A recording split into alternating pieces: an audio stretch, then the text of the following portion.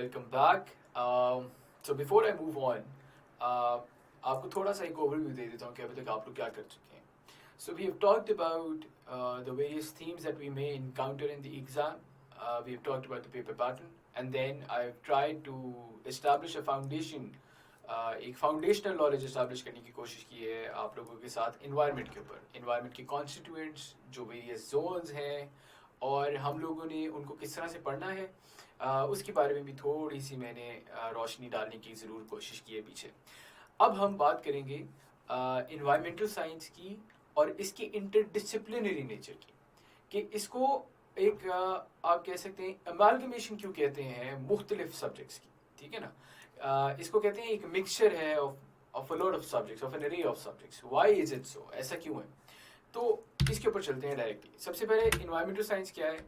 Environmental science पीछे जो हम लोग पढ़ चुके हैं उसी की कंटिन्यूएशन में आप लोगों को समझाते हुए, it is the field of science that studies the interaction of the physical, chemical and biological components of the environment, and also the relationships of these components with the organisms in the environment. ठीक है, organisms हम सारे जो living area लोग हैं उनका आपस में interaction, और essentially जो biological component है उसका physical component के साथ interaction, और overall जो हमारा social environment का हिस्सा बन जाता है, उस तमाम की जो study है that is in other words environmental science.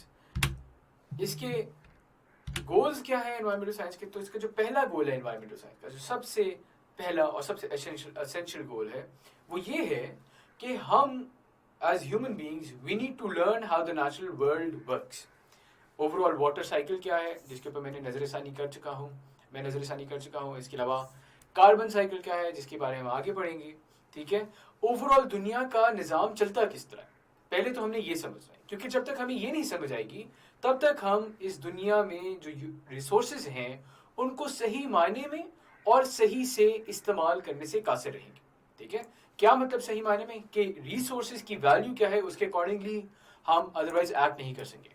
ठीक है, और सही तरीके से का क्या मतलब है कि एक सस्टेनेबल मैनर में एक ऐसा निज़ाम हम तैयार करें कि जिससे जो दुनिया का निज़ाम है ना उसमें कोई रद्द बदल हो, और ना ही हमारी डेवलपमेंट या हमारे इर्तिका के अमल में कोई कमी पेशी हो. ठीक है, तो उसके लिए ज़रूरी हो जाता है कि पहला हमारा जो गोल है क्या है कि we learn how the natural world works. So this is the first goal. Second goal की तरफ अगर आए तो जब हमें ये समझ आ जाए तो हम ये समझें how we as humans interact with the environment, कि हम जब हमें समझ आ जाएगा कि दुनिया किस तरह से चलती है, दुनिया का निज़ाम क्या है, उसके बाद जो अगला गोल बनता है वो ये बनता है एनवायरमेंटल साइंस का कि वी अंडरस्टैंड कि हमारी जो सोशलाइजेशन है with the resources of the world, with the physical environment, उसकी क्या नौइयत है, और उसकी एक तो ये कि नौइयत क्या है, और उसके साथ जो हम रिसोर्सेज हमें मिल रहे हैं उनकी यूटिलाइजेशन हम किस तरह से कर रहे हैं. आया कि वो परफेक्ट यूटिलिटी मॉडल के ऊपर बैठता है या नहीं बैठता, और उसके अंदर क्या कमी पेशी लाने की ज़रूरत है. This is also one of the goals of environmental science. इसका तीसरा गोल क्या बन जाता है इस तरह से? इसका तीसरा गोल बन जाता है to determine how we affect the environment. ठीक है, अब जब हम रिसोर्सेज को यूटिलाइज कर रहे हैं तो अब जानना ये ज़रूरी है कि हमारा उस रिसोर्स यूटिलाइजेशन के ऊपर फिजिकल इन्वायरमेंट के साथ और जो बाकी लिविंग ऑर्गेनिजम्स हैं उनके साथ सोशलाइजेशन के साथ हमारा एज ह्यूमंस क्या इम्पैक्ट है, क्या रेप्लिकेशंस हैं. ठीक है जी, तो उसके अंदर क्या है, एक तो हम लोग जब ये रेप्लिकेशंस ढूंढेंगे तो उसके बाद आ जाता है कि रेमेडीज क्या होंगी. ठीक है, रेप्लिकेशंस आपके सामने आ जाएंगे, रेप्लिकेशंस आपने समझ लिए, then we talk about remedies. ठीक, कि अगर फॉर इंस्टेंस मसला आया कि क्लाइमेट चेंज का मसला दरपेश है तो उसकी रेमेडी एनवायरनमेंट के निज़ाम में रहते हुए ही क्या है, और कौन से ऐसे अमाल हैं जिनको अपना कर हम क्लाइमेट चेंज जैसी थ्रेट को मिटिगेट कर सकते हैं, रोक सकते हैं. ये तीसरा गोल बन जाता है which comes under the ambit of adaptation, कि हम किस तरह से जो रिसोर्स यूटिलाइजेशन है उसको मद्देनजर रखते हैं और एनवायरनमेंट की सस्टेनेंस को मद्देनजर रखते हैं अडेप्ट कर सकते हैं. So this is the third goal of environmental science, of finding ways to adapt. In a nutshell क्या है? To determine how we affect the environment, also includes finding ways to deal with the effects on the environment. For instance, जैसे मैंने आपको example दी climate change की. So ये हमारा environmental science as a subject हमें ये इंट्रोड्यूस करते हैं, हमें ये डायमेंशंस जो है वो दिखाता है दुनिया को देखने की. Interdisciplinary nature of environmental science. अब चूंकि, बल्कि आप पीछे ही जाते हैं, हम बात कहते हैं, अब चूंकि हमें पता है कि हम लोगों ने एक तो we have to understand how the world works, we have to understand how we are using the resources, and then we have to understand the impact of our activity on this planet earth. ठीक है ना, ये तीनों चीजें देखनी है. अब ये तीनों चीजें आपको किसी एक जगह सिमट कर नहीं मिलती हैं. आपको इन तीनों चीजों के लिए मुख्तलिफ डिसिप्लिन्स हैं, उनके कुछ कुछ चंक्स को उठा के एनालाइज करना होता है. This is why environmental science is an interdisciplinary nature, एक इंटरडिसिप्लिनरी नेचर का सब्जेक्ट है. ठीक है जी. By combining aspects of the natural sciences, social sciences and the humanities, this field can cover more concepts and examine problems and topics from many different points of view. ठीक है. चूंकि हमें हमारे सामने हमारे गोल्स मौजूद हैं, इसीलिए उन गोल्स तक पहुंचने के लिए जो जरिया इस्तेमाल करेंगे, the means towards that end, the means are from the natural sciences, social sciences and humanities as I've already mentioned. अच्छा जी. Within natural sciences अगर बात की जाए, biology, chemistry and geology, अगर इसकी specifically बात करें मिसाल के तौर पर, एसिड रेन जो कि एक एनवायरमेंटल फिनोमेनन है, उसको स्टडी करने के लिए we should know the environmental chemistry behind. ठीक है. We should know the environmental biology so that we can understand the impact of acid rain on the biological constituent of the environment, जिसके अंदर हम भी आते हैं, बाकी ऑर्गेनिजम्स भी आते हैं. ठीक है.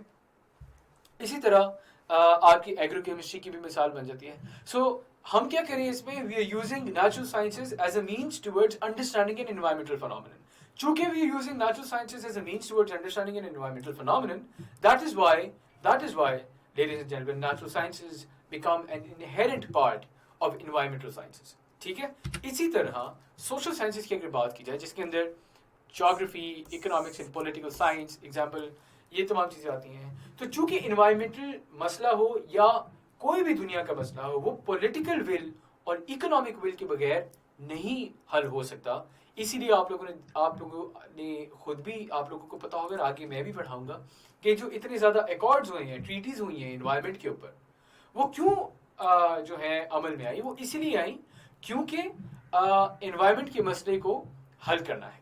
और इसी वजह से हम इस कंक्लूजन पे पहुंच सकते हैं कि चूंकि इन ट्रीटीज का ताल्लुक school of political science, school of economics से ज़्यादा है, इसलिए हम कह सकते हैं कि political science, economics, environmental economics खसूसन, they are also an inherent part of environmental science, and that is why environmental science also becomes an interdisciplinary subject. In the same manner, अगर हम ethics की बात करें, philosophy की बात करें, तो वो भी आपको उसकी काफ़ी ज़्यादा आपको झलकियाँ देखने को मिलेंगी environmental science के अंदर. आप कोई भी एक्शन लेते हैं environment से related, for instance आप एनिमल राइट्स या एनिमल वेलफेयर या वाइल्ड लाइफ राइट्स या वाइल्ड लाइफ वेलफेयर की बात करते हैं, तो वाइल्ड लाइफ ने तो आपसे मुखातिब होकर नहीं कहा कि आप जो है हमारे हक के लिए सड़कों पे निकलें, या आप हमारी जो हक तलफी हुई है उसके खिलाफ आवाज़ उठाएं. ये सारी बातें कौन डिक्टेट करता है? ये हमारे एथिक्स और फलसफा डिक्टेट करता है. ठीक है, जिस भी फलसफे के हम कायल होते हैं. सो चूंकि फलसफा और एथिक्स, फिलोसफी एंड एथिक्स, ये भी एक हद तक हमारे यहाँ एनवायरमेंटल साइंस के अंदर इनकी एप्लीकेशन पाई जाती है. So that is why once again we can say that environmental science is an interdisciplinary nature. मिसाल अगर आपको इसकी मोटी मिसाल ले लीजिए, climate action all over the world, Greta Thunberg. Pakistan में देखा जाए क्लाइमेट एक्शन मार्चेस जो पिछले साल हुई, ठीक है, ऑल ओवर द वर्ल्ड. आपके यहाँ जो एक्शन लिया जाता है क्लाइमेट एक्शन, उसके पीछे ज़रूरी नहीं है कि कोई ना कोई इकोनॉमिक या पॉलिटिकल मोटिव हो. आपके बहुत से एथिकल और फिलोसॉफिकल मोटिव्स भी होते हैं. जैसे अगर हम इस्लाम की बात करें तो इस्लाम में कैटेगोरिकली है कि आपने दरख्तों को बचा के रखना है, दरख्तों को काटना नहीं है जंग के दौरान. So this in itself is an environmental issue, and चूंकि इसका इस्लाम से ताल्लुक बन जाता है, तो हमारे लिए as human beings and as Muslims it also becomes an ethical issue, a moral issue. So hence ladies and gentleman, environmental science is an interdisciplinary subject all in all. تو آئی ہوپ آپ کو یہ باتیں سمجھ آ گئی ہوں گی, clear ہوں گی, اور اس کے اوپر آپ جو ہے ایک انالیسس ڈرا کرنے میں کامیاب ہوں گے کہ کس طرح سے انوائرمنٹل سائنس ایک انٹر ڈسپلنری نیچر ہے. اب چونکہ یہ بات ہم اسٹیبلش کر چکے ہیں, اس لیے اگلی ویڈیو کے اندر میں کچھ امپورٹنٹ انٹر ڈسپلنری ایریاز کے اوپر روشنی ڈالوں گا, جن کا پیپر کے اندر بھی ایک دو کے اوپر سوال آیا ہوا ہے, اور اس کے علاوہ دو اور ایسی ہوں گی جو کہ میرے مطابق کافی امپورٹنٹ ہے, تو ان کے اوپر سوال چونکہ آ سکتا ہے, اس لیے ہم ان کو بھی ڈسکس کریں گے.